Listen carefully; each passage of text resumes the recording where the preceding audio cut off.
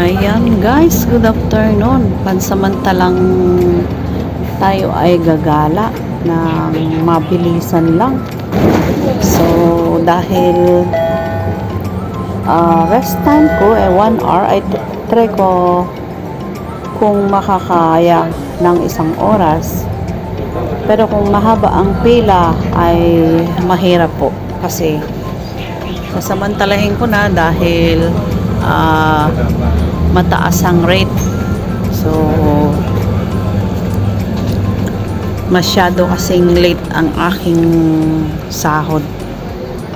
Ewan ko ba sa mga boss ko, always late, every month is late magbigay ng sahod. So as long as okay naman ang sahod, kaya lang, so kung mayroon kang inaasahan or halimbawa nakakumpermiso ka ng katapusan, malabo. Kaya mas magandang ka pa ng hanggang A5. Kung makipag-usap ka, hanggang A5.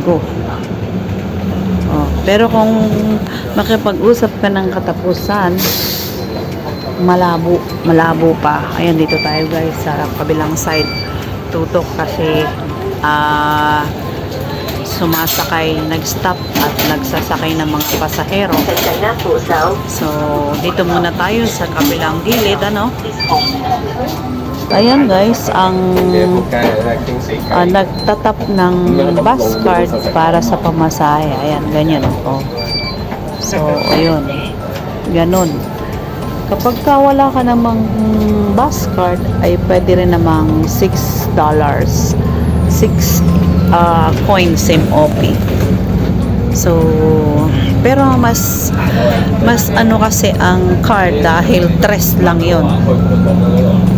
Pero kapag inaayos ang daan, okay yan, magandang vlog yan, daan. O, diba? Kapag ang gamit mo ay pera, automatic $6.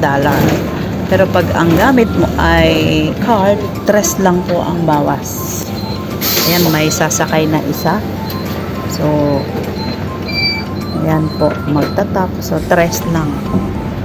Tapos, ang nakalagay doon, 6. Pag coins talaga, as in 6.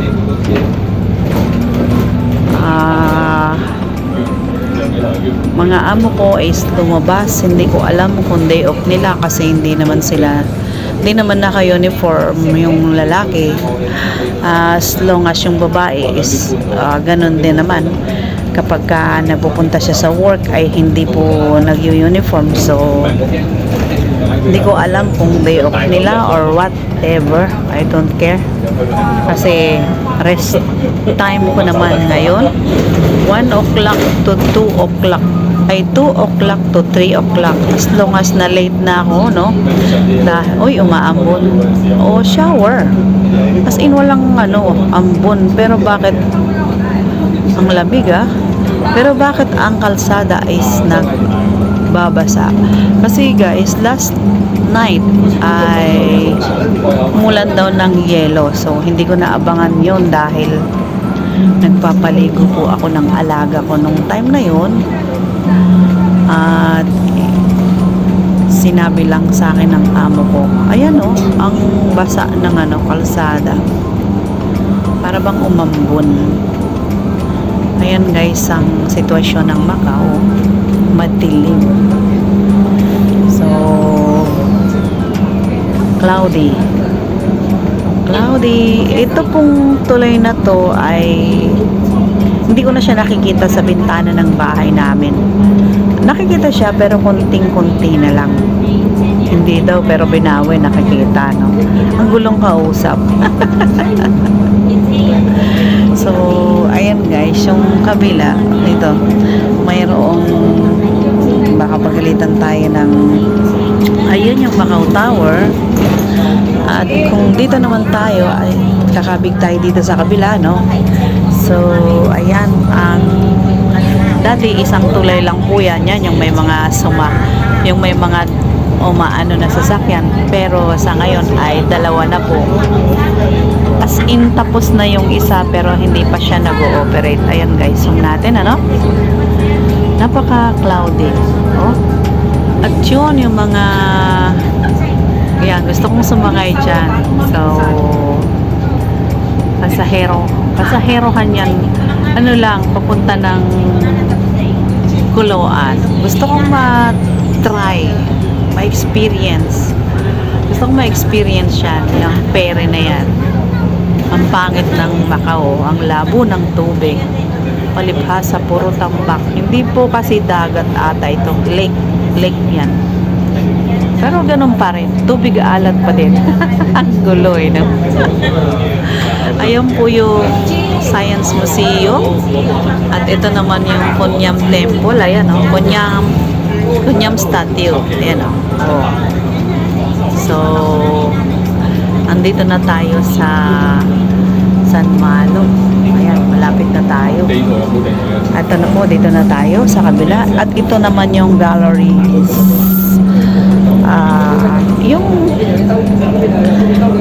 na-i-premiere ko po sa inyo ng gabi na ang ganda ng view na may mga flower blossom. Wala na yung bulaklak niya. Wala na siyang bulaklak. Kasi how many? 3 weeks na po akong hindi nag-day off. Magwa 1 month na guys. So, ito yung aking ipapadalang pera. Ito po yung aking pinagpaguran ng 1 buwan at ilang linggong hindi ko pinag-day off. Grabe.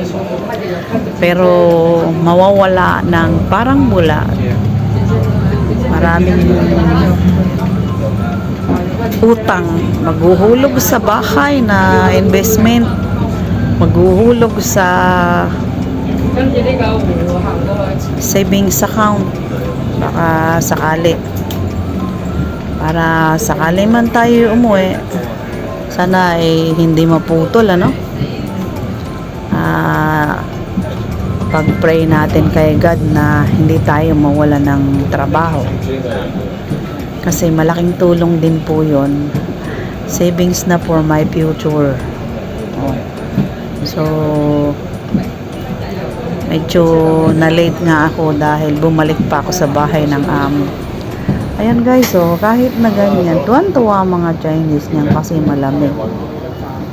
Daming naglipana. Hindi po nawala ng tourist dito guys. Oh.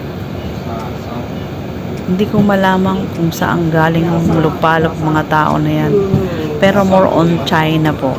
More on China. May Taiwan, may Korea. So, pero safe naman dito, as in mas safe pa nga dito kaysa sa Pilipinas, guys. Alam nyo kung bakit? Kahit iwan mo yung gamit mo riyan, as long hindi ka abutin ng ilang oras diyan ka lang, walang pong dadampot.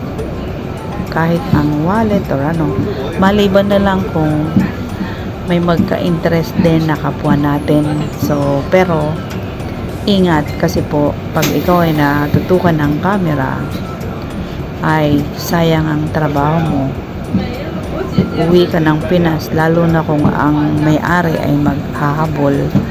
So, automatic yon is hindi po makakawala.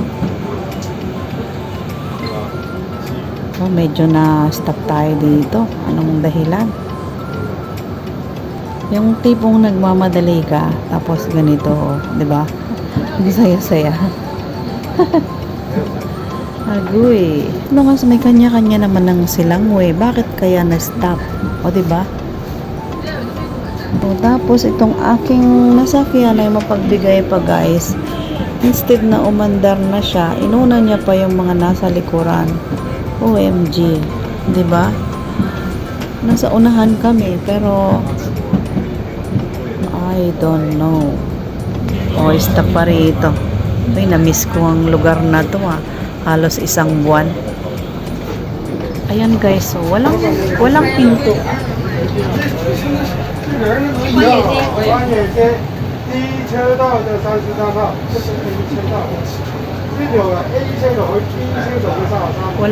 Walang pinto po ang tao.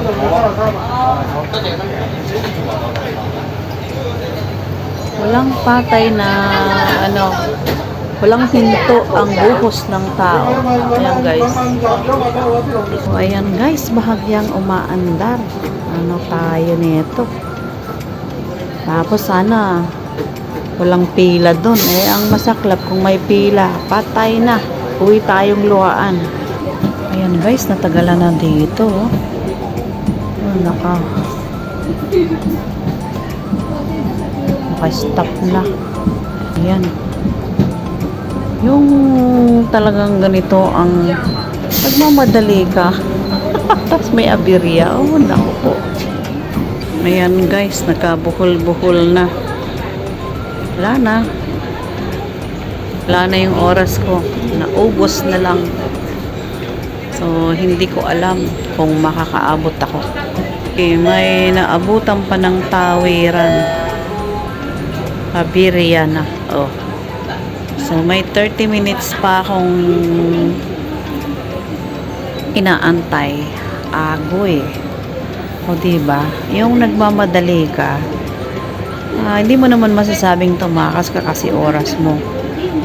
Nga lang. Patay tayo dito. Ay, grabe. Mapakaliwa, mapakanan, guys. Ayan o, ang daming tao. Hindi mo alam kung saan sila galing at saan sila tutungo. O, diba? Pambihira. Ang liit-liit ng Macau, pero my goodness. Nakaguna, pero hindi pa rin makalusot. Andyan. Ayan na. Grabe. Sobra. So, ang tanong ay kung paano ako uwi nito mamaya. Baka lakarin ko na lang hanggang dito. At doon ako sasakay sa malapit sa dulo. Kasi delikado. Oh my God. Diba? Grabe guys, talong pa yung may promo dito, oh. Parang mga langgam kung saan-saan. So, ayan. Ayan guys, nakaguna pero hindi pa makalakad-lakad, oh. Isang stop pa bago ako makababa. Hanggang sa inabutan na naman ng panibagong stop. OMG. Bakit ganito ngayon? So, yung kaninang pagbalik ko ay senyales na kaya sa kasabihan, kapag ikay may nalimutan, huwag ka nang bumalik. My goodness.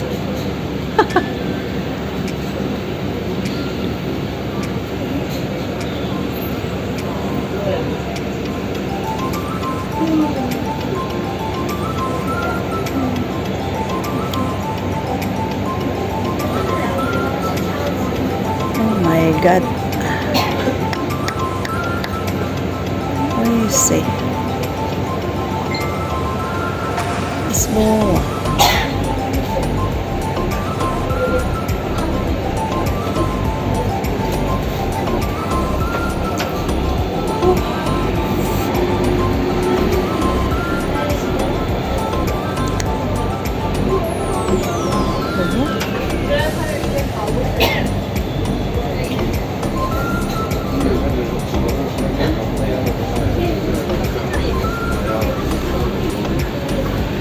Ayan, bye-bye guys. Hanggang dito na lang. Thank you.